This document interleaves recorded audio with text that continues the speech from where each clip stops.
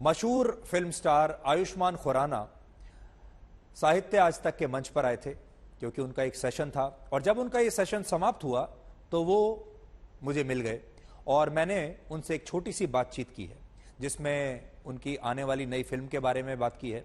वो बहुत जल्द आपको एक बिल्कुल नए किरदार में नजर आएंगे और एक वो ऐसा किरदार होगा जिसके बारे में आपने शायद कल्पना भी नहीं की होगी। बॉलीवुड की फिल्में चल क्यों नहीं रही, ये भी मैंने उनसे पूछा। क्या बड़े बड़े स्टार्स को अब अपनी फीस कम कर देनी चाहिए? क्या थिएटर्स को अब फिल्म की टिकट के दाम घटा देने चाहिए? बॉलीवुड में जो क्रिएटिविटी की धारा है वो सूख क्यों रही है और हॉलीवुड की फिल्में क्यों चल रही हैं, साउथ की फिल्में क्यों चल रही हैं, ये सब मैंने आयुष्मान खुराना से जानने की कोशिश की। इस दौरान हमारा हंसी मजाक चलता रहा और बड़ी खास बात यह है कि उन्होंने मुझे एक खास अंदाज से इस बार एक सेल्फी लेनी भी सिखाई कि सेल्फी कैसे ली जाती है। वो पूरी बातचीत आज आप देखिए, आपको आनंद आएगा, आपको मजा आएगा। नाम बताने की कोई आवश्यकता ही नहीं है, देखिए कौन है।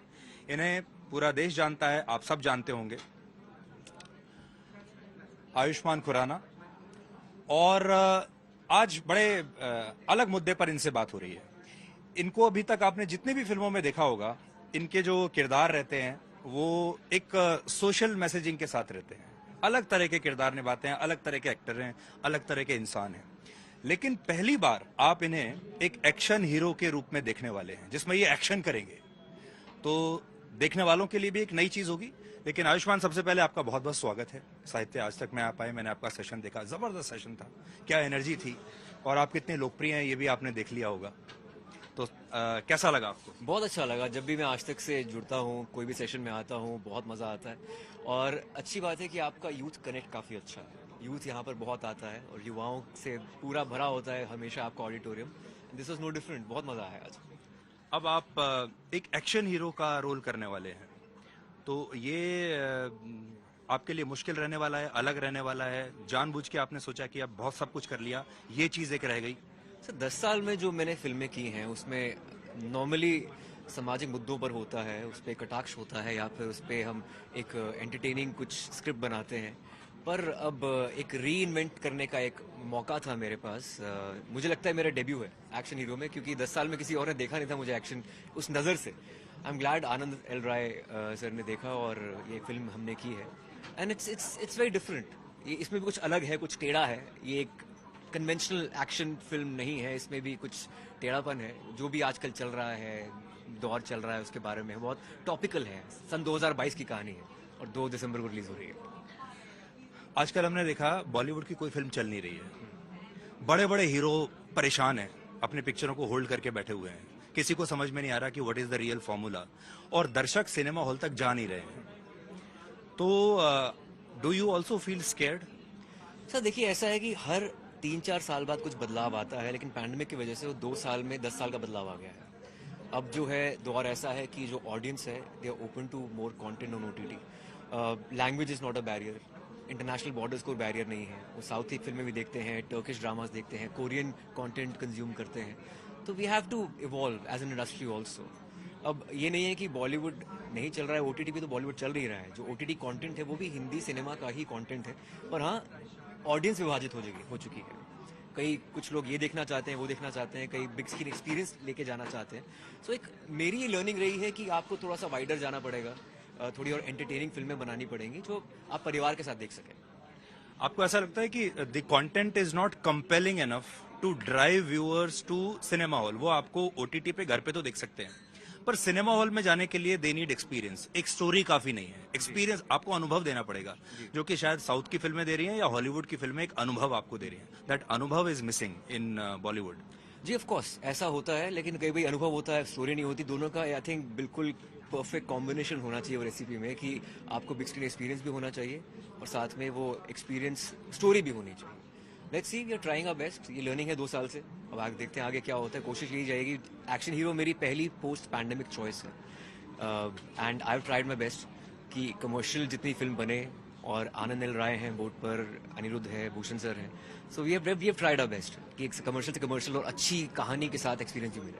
जिस लड़के को हमने as a boy next door देखा है, जो बड़ा अच्छा सा लड़का है, चॉकलेटी दिखता है, सुंदर दिखता है, अच्छी अच्छी बातें करता है, उसको क्या दर्शक एक एक्शन हीरो के तौर पर स्वीकार करेंगे, या आपको ऐसा लगता है कि नयापन है इसलिए अच्छा रहेगा? तो इसे हमें अपनी इंडस्ट्री में एंटी कास्टिंग बोलते हैं कि अगर इसमें आप एक जेनेरिक एक्शन हीरो ले लेते हैं आपको मजा नहीं आता, क्योंकि मैं हूं और एक्शन हीरो की किरदार में हूं तो शायद इसलिए अलग और नजर आ रहा है।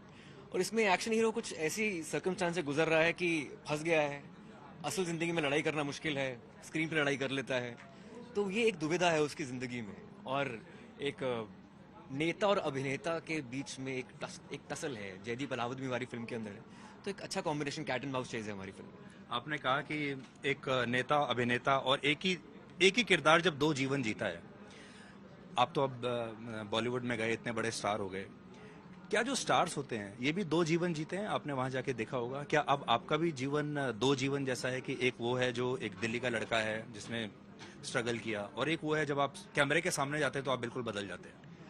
कैमरे के सामने बदल तो जाता हूँ, मैं कोशिश ये करता हूँ कि अपनी असल जिंदगी में जैसा मैं हूँ वैसा ही रहूँ। Have you lost yourself?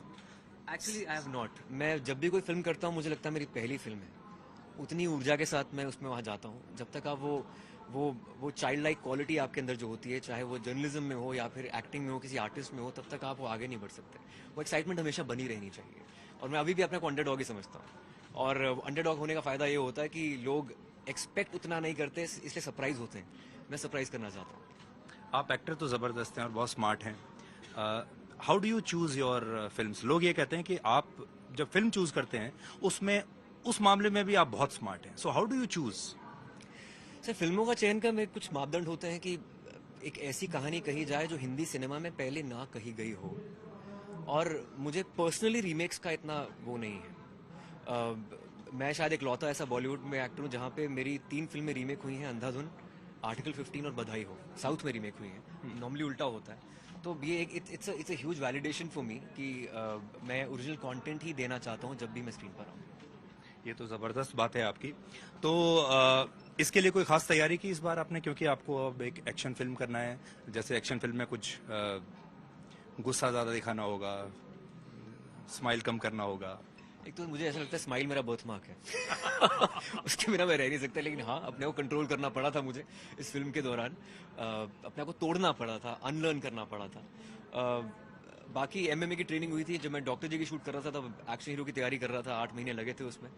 काफ़ी पाकू करना था, हाई बिल्डिंग से जंप्स करने थे, so that was the preparation. उसके अलावा तो अभी फिलहाल मैंने फिर से वेट लूज किया है फॉर माई नेक्स्ट फिल्म। तो हमेशा एक फिल्म करते हुए अगली फिल्म की तैयारी चल रही होती है, तो मल्टीटास्किंग करनी पड़ती है। मेरा आखिरी सवाल है जी।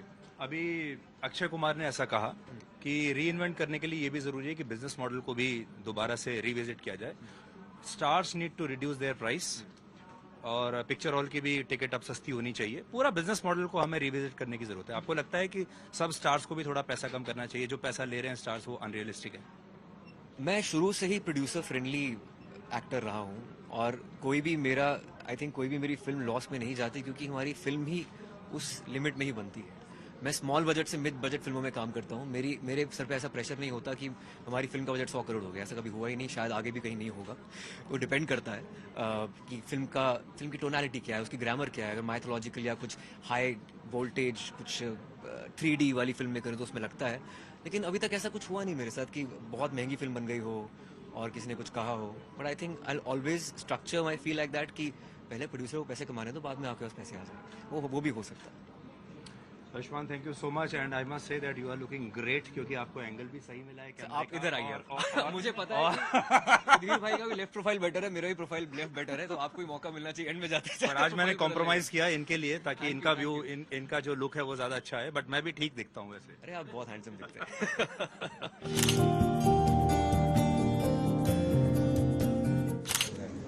अरे वाह, अब आप लेफ्ट कर दीजिए।